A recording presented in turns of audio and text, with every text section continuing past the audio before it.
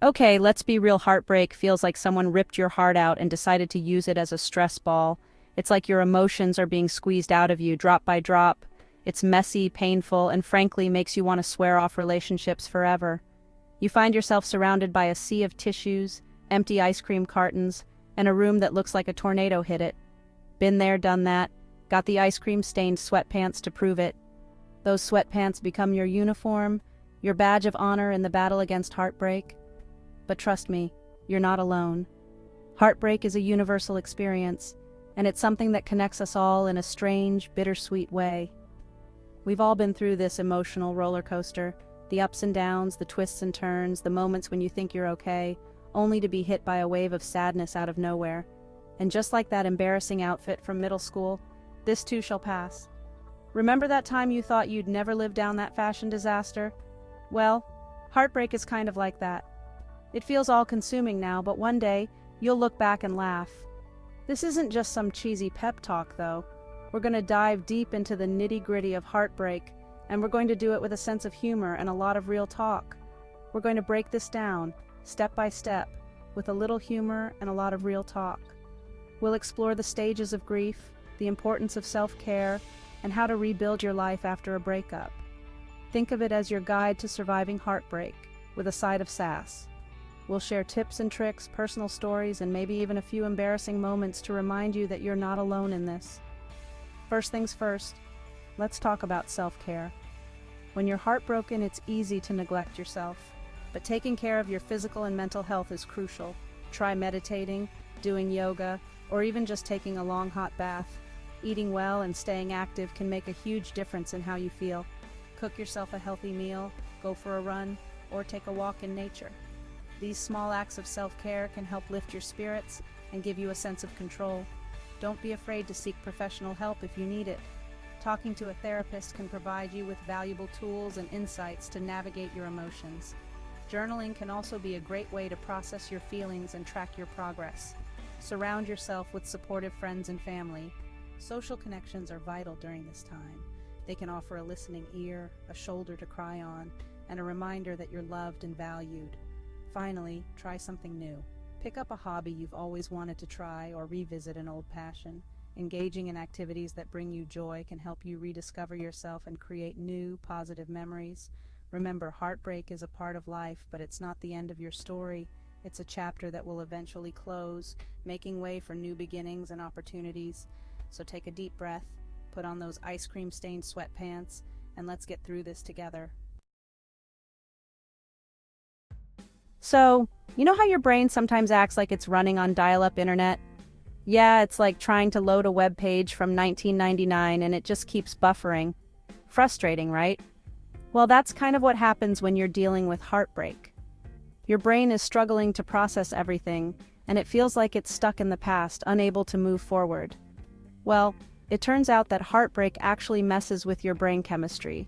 It's not just in your head. Well, actually it is, but you know what I mean. Studies have shown that the emotional pain of a breakup activates the same areas of the brain as physical pain. So, when you're heartbroken, your brain is literally hurting. We're talking withdrawal symptoms, similar to what happens when you give up caffeine. You know that feeling when you haven't had your morning coffee and everything seems bleak and unbearable? That's your brain missing the dopamine rush it used to get from your relationship. It's like your brain is going through a detox and it's not happy about it, except instead of craving coffee, you're craving your ex's lame jokes and questionable taste in music. You find yourself scrolling through old photos, listening to your songs, and wondering how you ever found their off-key singing endearing. It's like your brain is trying to hold on to any piece of them it can, even if it means torturing you in the process. Seriously, what were you thinking? It's like your brain is playing a cruel joke on you, making you remember all the good times while conveniently forgetting the reasons you broke up in the first place. It's a twisted form of nostalgia that makes moving on feel impossible. Plus, your body releases stress hormones like cortisol, which is basically the biological equivalent of wearing Spanx all day. Uncomfortable and totally unnecessary. Cortisol is meant to help you deal with short-term stress, but when you're heartbroken, it sticks around, making you feel anxious, tired, and just plain miserable. It's like your body is in a constant state of fight or flight, even though there's no immediate danger. So, what can you do about it? Well, there are ways to help your brain and body heal. Exercise can boost your mood by releasing endorphins, those feel-good chemicals that can counteract some of the stress. Meditation and mindfulness can help you stay grounded and reduce anxiety, and talking to friends or a therapist can provide the support you need to process your emotions and start moving forward. Remember, healing takes time and it's okay to feel hurt. But with a little self-care and support, you can help your brain get back to its normal, happy self. So, hang in there and know that better days are ahead.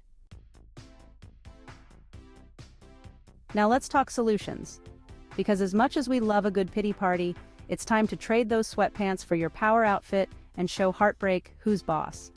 Think of this as a comeback story, with you as the fabulous leading lady. We're going to tackle this one step at a time with a healthy dose of self-care, a sprinkle of humor, and maybe even a swipe right or two, when you're ready, of course.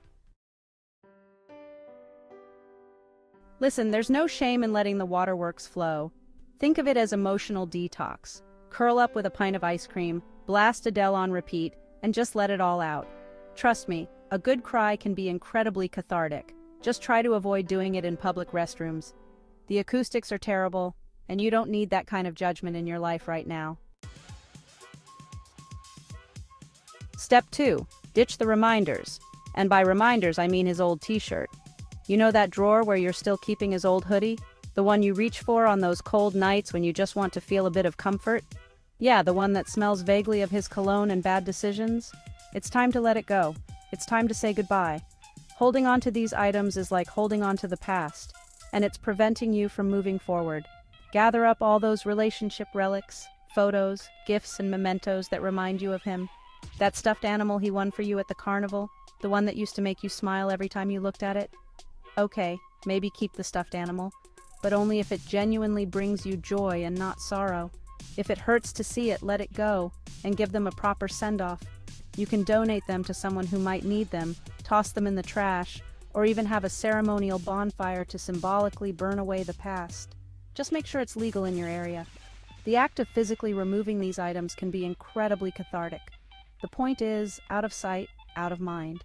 By clearing out these physical reminders, you're making space for new memories and experiences. Think of it as a fresh start. Your space should reflect your current state of mind, not a past relationship. Take this opportunity to focus on yourself. Write down your thoughts, meditate, and set new goals.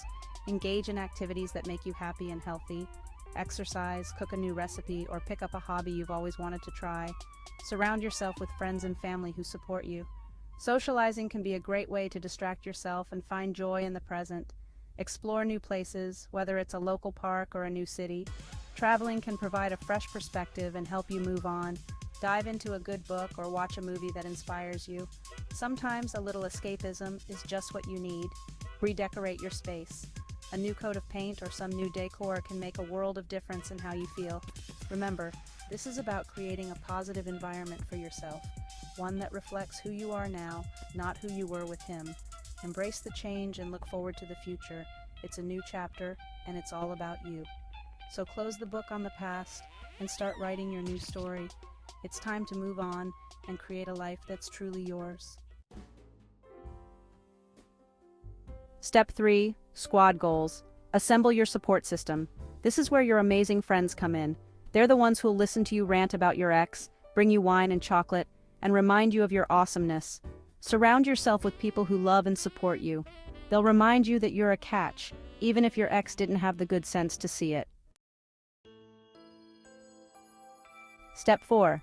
Pamper yourself silly, because you deserve it. Okay, it's time for some serious self-care. Think bubble baths, face masks, and maybe even a new haircut. Treat yourself like the queen you are.